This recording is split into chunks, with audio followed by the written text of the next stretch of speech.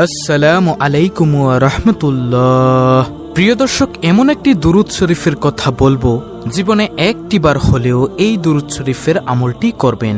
নবীজি সাল্লাল্লাহু আলাইহি ওয়াসাল্লাম ওয়াদা করে বলেছেন, এই দুরূদ শরীফের আমলটি যদি আপনি করতে পারেন, পৃথিবীর মধ্যে সবচেয়ে সুখী মানুষ আপনি হবেন। কোনো কিছুর অভাব অনটন আপনার কাছে থাকবে না। টাকা পয়সা, ধন দৌলত, মান সম্মান সবকিছু আল্লাহ রাব্বুল আলামিন আপনাদেরকে দিবেন। যারা অসুস্থ আছেন তাদেরকে আল্লাহ তাআলা সুস্থ করে দিবেন ইনশাআল্লাহ, এটা আমার বিশ্বাস। এবং পৃথিবীর মধ্যে আল্লাহ তাআলা আপনাকে সম্মানিত করে দিবেন।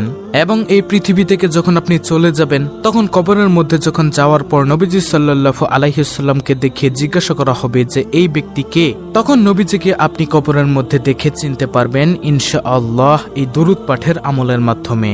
কারণ প্রকৃত মুমিন কখনো নবীজি সাল্লাল্লাহু আলাইহি ওয়াসাল্লামকে চিনতে ভুল করবেন না। আল্লাহু আকবার। কবরটা হবে খুবই ভয়ঙ্কর। নবীজিকে যদি আপনি না চিনেন তাহলে আপনার স্থান হবে জাহান্নাম। আর আপনি এই দুরূদ শরীফের আমলটা যদি করতে পারেন, তাহলে অবশ্যই নবীজিকে কবরের মধ্যে দেখে চিনতে পারবেন এবং বলতে পারবেন, ইনিই হচ্ছে আমার নবী, বিশ্ব নবী, আখিরি নবী হযরত মুহাম্মদ সাল্লাল্লাহু আলাইহি ওয়াসাল্লাম। হ্যাঁ প্রিয় দর্শক, এত পাওয়ারফুল এই শ্রেষ্ঠ দুরূদ শরীফটি। তাই আমি আপনাদেরকে এই শ্রেষ্ঠ দুরূদ শরীফের আমলটা সম্পর্কে বলে দিব ইনশাআল্লাহ। কবরের মধ্যে আপনাদের কোনো ভয় থাকবে না, এবং যেই হাসরের ময়দানে মানুষ হাহাকার চিৎকার করবে, এই হাসরের ময়দানেও আপনাদের কোনো ভয় থাকবে না। এবং হাসরের ময়দানে আল্লাহ রাব্বুল আলামিন আপনার হিসাবটা একেবারে সহজভাবে নেবেন, যদি আপনি এই দুরূদ শরীফটা পাঠ করতে পারেন, দুরূদ শরীফের আমল করতে পারেন। কিন্তু প্রিয় দর্শক, এখানে একটি শর্ত হলো, শুধু দুরূদ শরীফ পাঠ করলেই হবে না, পাশাপাশি আপনাকে নবীজির সুন্নত এবং আল্লাহর ফরজ বিধানগুলো পালন করতে হবে। দেখা গেল যে আপনি নামাজ পড়লেন না, রোজা রাখলেন না, হালাল হারাম বিবেচনা করলেন না, শুধু দুরূদ পাঠ করলেন, তাহলে কিন্তু হবে না। হাসরের ময়দানে আল্লাহ রাব্বুল আলামিন আপনাকে ডাক দিয়ে আনার পর আপনার চেহারার দিকে তাকাবে এবং আপনার আমলনামার দিকে তাকাবে। তাকিয়ে আল্লাহ রাব্বুল আলামিন বলবে, যাও বান্দা, আমি তোমাকে ক্ষমা করে দিলাম। সুবহানাল্লাহ। তখন আর কোনো প্রশ্ন করবেন না। এই দুরূদ শরীফের উসিলায় আপনি বিনা হিসেবে হাসতে হাসতে জান্নাতের মধ্যে প্রবেশ করতে পারবেন ইনশাআল্লাহ, যদি আল্লাহ তাআলা দয়া করেন। তাই আমি আপনাদেরকে বলবো, অনুরোধ করে বলবো, অবশ্যই দুরূদ শরীফের আমলটা করবেন। যে কোনো দুরূদ শরীফ পড়লেই তো লাভ, কিন্তু এই দুরূদ শরীফটা পড়লেই স্পেশাল লাভ। এটাই দুনিয়ার মধ্যেও আল্লাহ আপনাদেরকে সুখে রাখবে, সম্মানিত করে দিবে। যে সম্মানের জন্য সবাই পাগল, যে সুখের জন্য সবাই পাগল, কিন্তু সবাই জানে না যে নবীজির দুরূদের মধ্যে যে সুখ আছে। একবার নবীজি সাল্লাল্লাহু আলাইহি ওয়াসাল্লাম ওয়াদা করে বলেছেন, এই দুরূদ শরীফটা যদি আপনি একবার পড়বেন, আর সঙ্গে সঙ্গে নবীজির রওজা পাকে ফেরেশতারা আপনার নাম, আপনার বাবার নাম, আপনার ঠিকানা সহকারে নবীজির রওজা মোবারকে পৌঁছে দিবে, এবং সঙ্গে সঙ্গে আপনার মর্যাদা আল্লাহ তাআলা 10 গুণ বৃদ্ধি করে দিবেন, এবং সঙ্গে সঙ্গে 10টি রহমত আপনার উপর নাজিল হবে, এবং 10টি গুনাহ আপনার ক্ষমা হয়ে যাবে, এবং 10টি নেকি আল্লাহ তাআলা আপনার আমলনামার মধ্যে দিয়ে দিবেন। সুবহানাল্লাহ। তাই আমি আপনাদেরকে বলবো, নবীজির দুরূদ আপনারা বেশি বেশি পড়বেন, এবং আপনারা এই দুরূদ শরীফটা প্রতিদিন সকালে 100 বার পড়বেন। যদি দিনে পড়তে না পারেন তাহলে রাতে হলেও পড়বেন, আর পড়তে মনে না থাকলে কোনো সমস্যা নেই। যখনই মনে হবে তখনই আপনি এই দুরূদ শরীফের আমলটি করবেন। ছোট্ট একটি ঘটনা আমি আপনাদেরকে বলবো। ঘটনাটি হলো, একজন বালক, একজন যুবক হজের মধ্যে গিয়ে তিনি সব জায়গার মধ্যে শুধু দুরূদ শরীফ পড়ছেন। বড় একজন আলেম হযরত নুমান শিবলি রাহমাতুল্লাহি আলাইহি তিনি বলেন, হে বালক, তুমি সব জায়গার মধ্যে শুধু দুরূদ শরীফ পড়ছো, হজের মধ্যে তো অন্যান্য দোয়াগুলো আছে, তুমি কি সে দোয়াগুলো পারো না? সে বালক বলল, হুজুর আমি সব দোয়া পারি, তারপরও আমি দুরূদ শরীফ পড়ি। হুজুর বলল, কেন বালক, আমাকে বলো। তখন সেই বালকটি বলল, হুজুর আপনি তো জামানার সবচেয়ে বড় আলেম এবং ভালো লোক, এজন্যই আপনার কাছেই বলছি। আমি দুরূদ শরীফের মধ্যে যে পাওয়ার, যে শক্তি দেখেছি, অন্য কোনো কিছুর মধ্যে আমি এত শক্তি, এত পাওয়ার দেখিনি। তখন সে বালকটিকে হুজুর বলল, আচ্ছা বলো তো দেখি, দুরূদ শরীফের মধ্যে তুমি কেমন শক্তি, কেমন পাওয়ার দেখেছ? তিনি বলল, অর্থাৎ সেই বালকটি বলল, আমার বাবার সঙ্গে আমি হজের মৌসুমের সময় কাফেলার সঙ্গে আমরা হজ করতে আসতেছিলাম। আসার সময় পথিমধ্যে আমার বাবা হঠাৎ অসুস্থ হয়ে গেল। অসুস্থ হয়ে যাওয়ার পর আমাদের যাত্রা বিরতি করলো, সেখানে আমরা অবস্থান করলাম। আমার বাবার অসুস্থতা দিনের দিন এবং সময়ে সময় বাড়তেই আছে। এজন্য আমাদের কাফেলার মধ্যে আমাদের সঙ্গে যারা ছিল এক দলের মধ্যে তারা বলল, হে বালক, তুমি তোমার আব্বুর খেদমত করো, তারপরে তুমি রাস্তা দিয়ে চলে এসো। আমরা চলে যাই মক্কাতে হজ করার জন্য তোমরা আস্তে আস্তে আসো।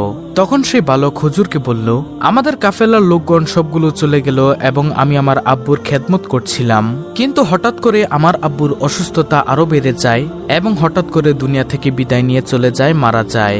আমি দেখলাম হুজুর আমার বাবার চেহারাটা কালো কুচকুচে হয়ে গিয়েছে, বিগড়ে গিয়েছে, খারাপ হয়ে গিয়েছে। আমি দুশ্চিন্তায় পড়ে গেলাম, হায়রে এমন একটি জায়গার মধ্যে, মরুভূমির মধ্যে আমার আব্বুর এই অবস্থা, আশেপাশে কোনো মানুষও নেই। যদি কোনো মানুষ দূর থেকে এসে দেখে আমার আব্বুকে এইভাবে খারাপ চেহারা হয়ে গিয়েছে, বিকৃত চেহারা হয়ে গিয়েছে, কালো হয়ে গিয়েছে, বিগড়ে গিয়েছে চেহারাটা, তখন মানুষ কি মনে করবে? তখন তিনি অর্থাৎ বালকটি কান্না করতে করতে বাবার চেহারার মধ্যে কাপড়টা দিয়ে ঘুরে কান্না করতে করতে সেই জায়গার মধ্যেই মনের অজান্তে ঘুমিয়ে গেছে। তিনি বললেন, অর্থাৎ বালকটি বলল, আমি ঘুমের মধ্যে দেখলাম একজন সাদা জুব্বা পাগড়ি পরা লোক আমার আব্বুর কাছে আসলো। আসার পর আমার আব্বুর কাপড়টা মুখ থেকে সরালো। সরানোর পরে আমার আব্বুর বিকৃত চেহারাটা, খারাপ কালো চেহারাটা, তিনি তার মধ্যে হাতটাকে মুছে দিলেন, হাতটাকে বুলিয়ে দিলেন। মুছে দেওয়ার সঙ্গে সঙ্গে আমার আব্বুর চেহারাটা নূরে নূরান্বিত হয়ে গেল, সুন্দর হয়ে গেল, চোখগুলো ঝলমল করতেছিল। তখন আমি স্বপ্নের মধ্যেই বললাম, আপনি কে? তিনি চলে যাচ্ছিলেন। আমি পিছনের দিক দিয়ে বললাম, আপনি কে বলে যান, না হয় আমি আপনাকে ছাড়বো না। কারণ এমন কঠিন সময়ের মধ্যে আমরা বিপদের মধ্যে পড়ে গিয়েছি, আর আপনি আসলেন, এসে আমার বাবাকে সাহায্য করলেন, আমার বাবার চেহারাটাকে আপনি সুন্দর করে দিলেন। আপনি কে বলুন, আপনার পরিচয় আমি জানতে চাই। তখন তিনি বললেন, অর্থাৎ ওই সাদা জুব্বা পাগড়ি পরা তিনি বললেন, আমি আর কেউ নই, আমি হলাম বিশ্বনবী, আখিরে নবী, নবী মুহাম্মদ সাল্লাল্লাহু আলাইহি ওয়াসাল্লাম। তখন সেই বালকটি বলল, আপনি কেন এসেছেন ইয়া রাসূলুল্লাহ সাল্লাল্লাহু আলাইহি ওয়াসাল্লাম? আপনি নিজে চলে এসেছেন কেন? আল্লাহর রাসূল সাল্লাল্লাহু আলাইহি ওয়াসাল্লাম তখন বললেন, তোমার বাবা দৈনিক দিনে 100 বার দুরূদ শরীফ পড়ে, রাতে 100 বার দুরূদ শরীফ পড়ে।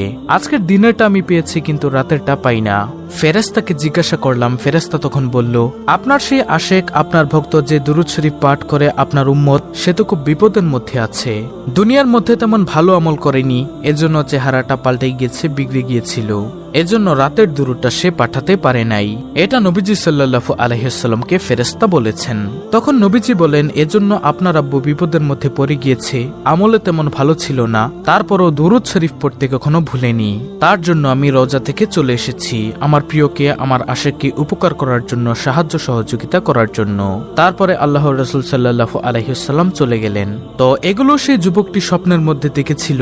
এরপর সেই যুবক বলল যে, হুজুর, আমি এরপর থেকে বুঝতে পারলাম দুরুদের মধ্যে যে কি ফজিলত, কি বরকত। এরপর থেকে আমি দুরুদ শরীফ পাঠ করি। সুবহানাল্লাহ, আল্লাহু আকবার। প্রিয় দর্শক, এখন কথা হলো যে কোন দুরুদ শরীফ পাঠ করলে আপনার মর্যাদা বেড়ে যাবে, সওয়াব পাবেন। আজকে যে দুরুদ শরীফটা আমি আপনাদেরকে শিখিয়ে দিব, এটা 100 বার হলেও জীবনে কমপক্ষে পড়বেন। যদি পারেন প্রতিদিন পড়বেন, যদি পড়তে না পারেন যখনই মনে চাবে তখনই এই দুরুদ শরীফটা পড়বেন। আর প্রিয় দর্শক, সেই দুরুদ শরীফটা হলো, আল্লাহুম্মা সাল্লি আলা মুহাম্মদ কুল্লামা যাকারহুজ যাকিরুন ওয়া কুল্লামা গাফালা আন যিকরিহিল গাফিলুন। প্রিয় দর্শক, আমি আবার বলছি, ভালো করে শুনুন, স্ক্রিনশট নিয়ে নিন। আল্লাহুম্মা সাল্লি আলা মুহাম্মদ কুল্লামা যাকারহুজ যাকিরুন ওয়া কুল্লামা গাফালা আন যিকরিহিল গাফিলুন। খুবই ছোট, খুবই পাওয়ারফুল একটি দুরুদ। আপনারা প্রতিদিন 100 বার করে হলেও পড়বেন। যে কোনো সময় মনে চাইলেই এই দুরুদটি পাঠ করবেন। টাকা পয়সা, ধন সম্পদ আপনার চতুর্দিক থেকে আল্লাহ রাব্বুল আলামিন আপনাকে দিয়ে দিবেন ইনশাআল্লাহ। প্রিয় দর্শক, শুধু এই দুরুদ না, নবীজি সাল্লাল্লাহু আলাইহি ওয়াসাল্লামের উপর আপনারা সব সময় দুরুদ পাঠ করবেন। যে কোনো দুরুদ, সকল দুরুদই পাঠ করবেন। তো এই ছিল আমাদের আজকের ভিডিও।